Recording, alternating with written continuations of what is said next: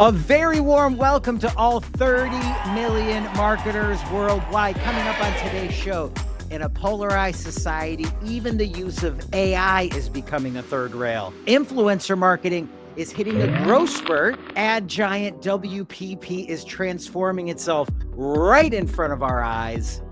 All that, plus a spotlight on McDonald's horizontal breakfast and pro tennis's dynamic ads on today's show. If you work in the great industry of marketing, advertising, and PR, give us 10 minutes and we'll help you make sense of all of it. Here we go.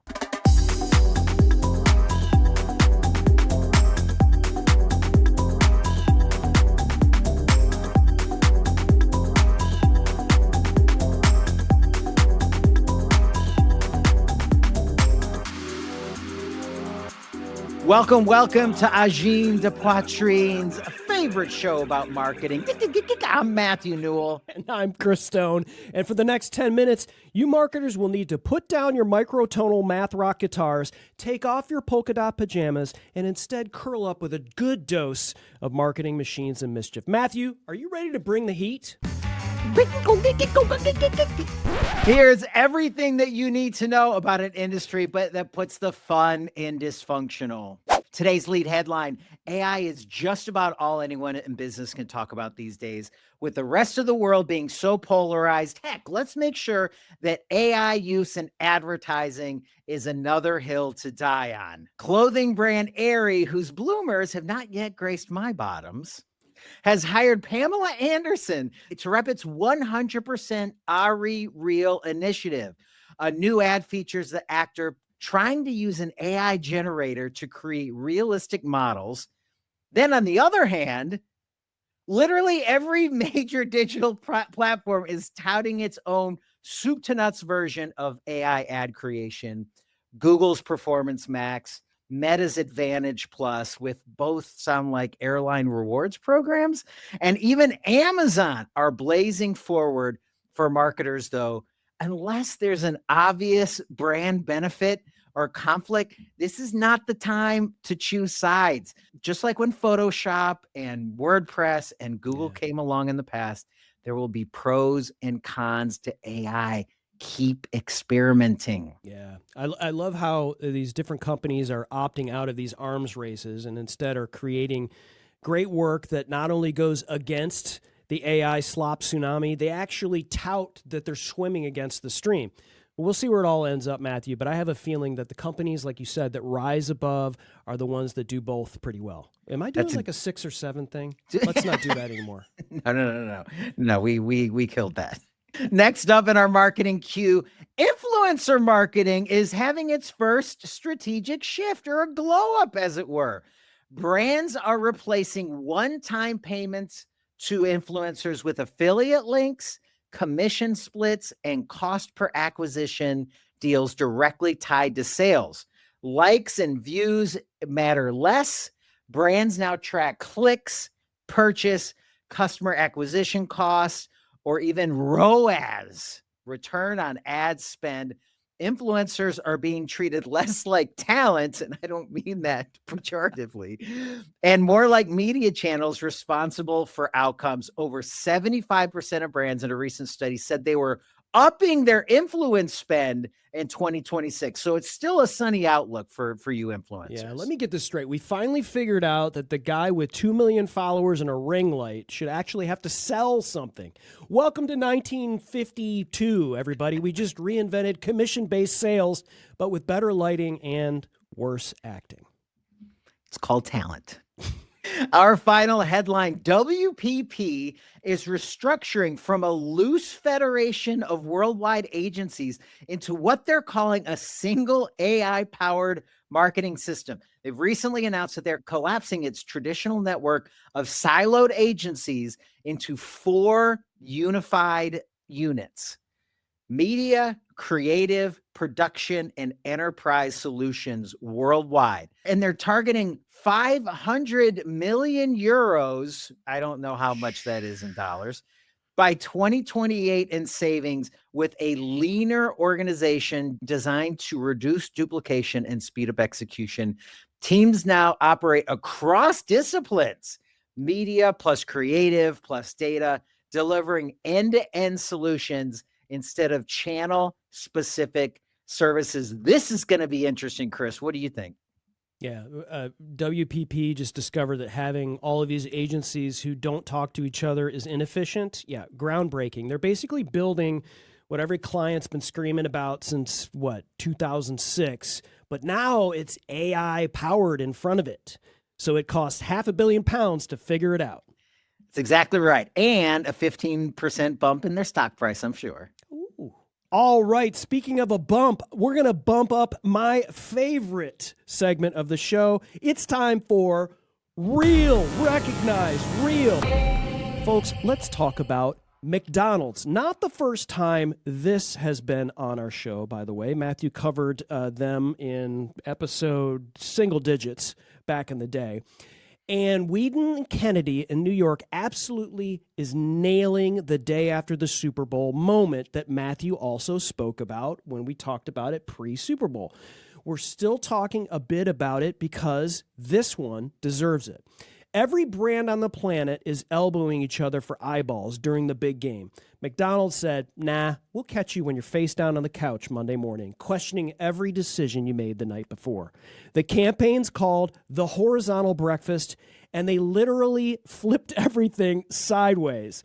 The billboards, the TV spots, the social channel, all rotated 90 degrees because that's the position you're in when you finally reach for your phone and realize you need a hot honey sausage and egg biscuit like you need oxygen. Here's why this is brilliant. They didn't invent a moment. They actually just observed one. Millions of Americans already take that Monday off. It's practically a grassroots national holiday dedicated to regret and recovery.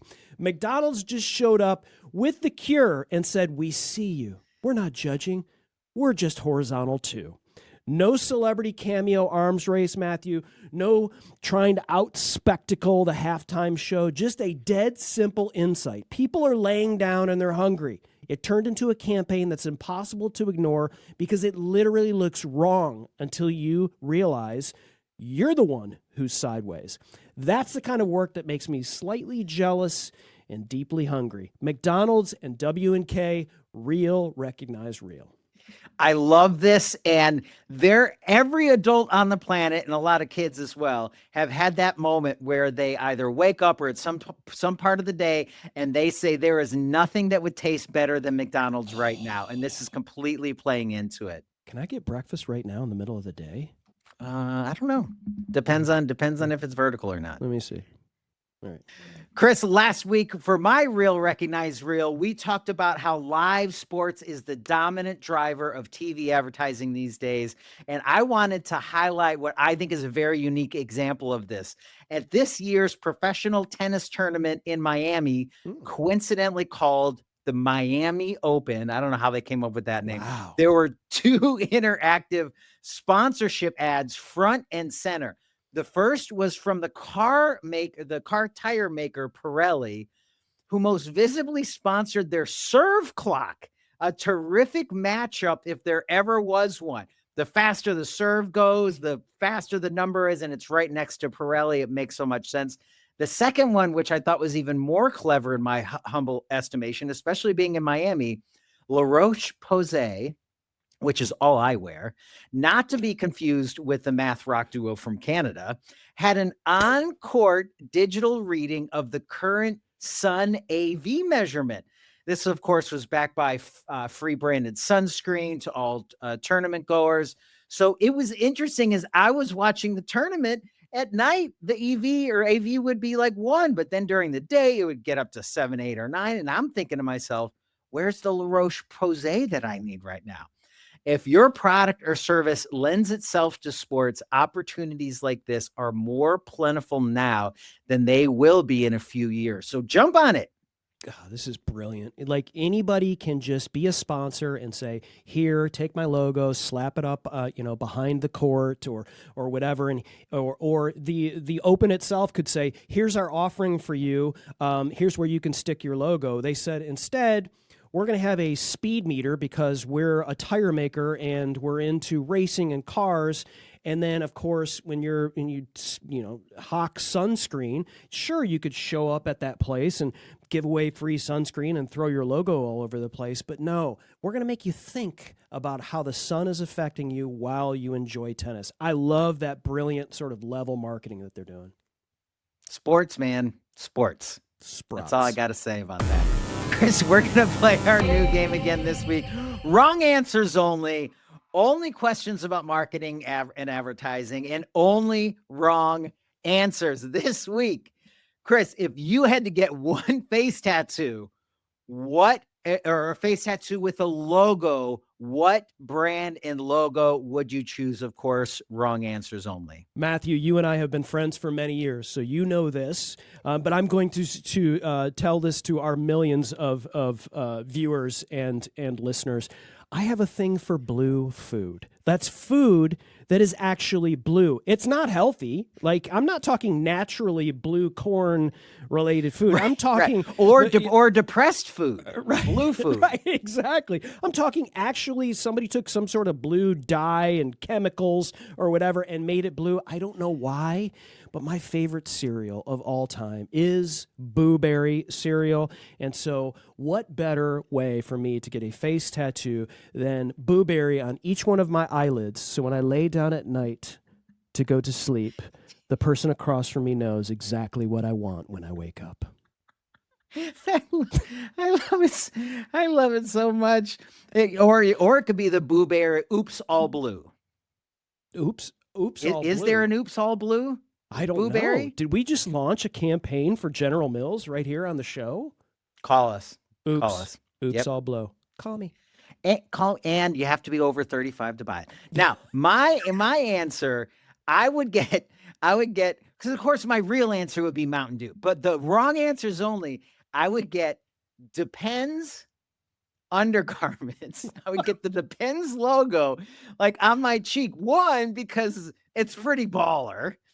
Two, I could be like a lawyer so that every marketing question that's ever asked of me, I would just be like, depends. It depends. That's not bad. That is the most wrong answer I've ever heard to that question. Congratulations.